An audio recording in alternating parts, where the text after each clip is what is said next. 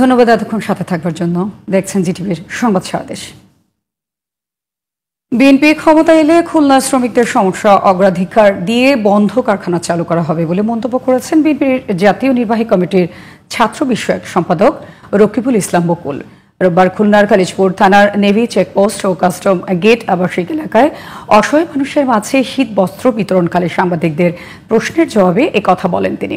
এ সময় মহানগর বিএনপির সাধারণ সম্পাদক শফিকুল আলম তুহিন, অ্যাডভোকেট হাম্মদ আলী বাবু, মিজানুর রহমান বিশ্বাস, শেখ সাদি সহ নেতাকর্মীরা উপস্থিত ছিলেন। সময় উপরে ডিপেন্ড করবে যে সরকার কোন পলিসি লাগাবে। এখানকার জনগণের স্বার্থে, শ্রমিকদের স্বার্থে সরকার বিশ্ব পরিস্থিতির সাথে তাল মিলে তাদের বাণিজ্যিক অবস্থাটা কিভাবে করা যায় সেভাবেই আমরা এখানে রাষ্ট্রায়ত্ত কলকারখানাগুলো চালু করব। এটা আমরা চাই যে যদি আমাদেরকে জনগণ দায়িত্ব দেয়, আমরা প্রথম প্রায়োরিটি থাকবে আমাদের শ্রমিকদের এই সমস্যার সমাধান করা। সুতরাং সময় উপযোগী যে সমাধান সম্ভব সেটাই আমরা করবো ইনশাল্লাহ।